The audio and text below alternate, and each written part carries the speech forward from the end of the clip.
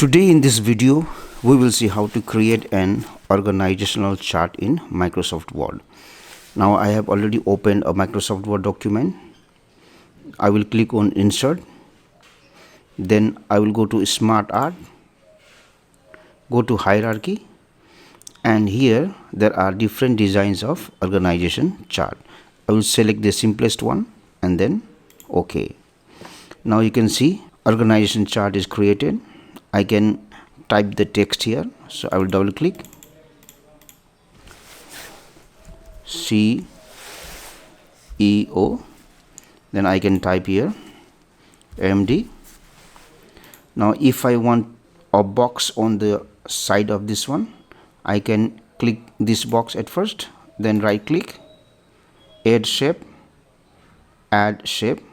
after, and here I can write GM, and here I can write what I need, like sales manager,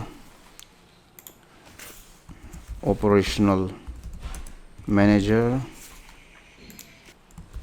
health and safety manager. Now if I want to add assistant for this sales manager, I will at first click this box, then I will right click, add shape, add assistant. So here I can write marketing manager, and if I want one more box on the side, I can right click this one, add shape after, and here department manager. So you can add boxes according to your need. Similarly here I can right click, I can go to add shape and then add assistant, and then I can write here what I need. For example, let me see ABC, something like that. So in this way you can go on adding boxes. Now if you want to make this organization chart bigger, you can at first click the chart, then you point the mouse pointer here, it turns into arrow, then you can drag it. You can also double click here, and then you can change the text if you want. Now the other thing is, there are different designs of organization chart. If you want to change the design, simply right click, go to change layout, and then go to hierarchy. So if I want, suppose like this picture organization chart, I can select it and then OK. And here you can insert picture. Just click on the picture icon here. You can select picture from file, online picture, or from icons.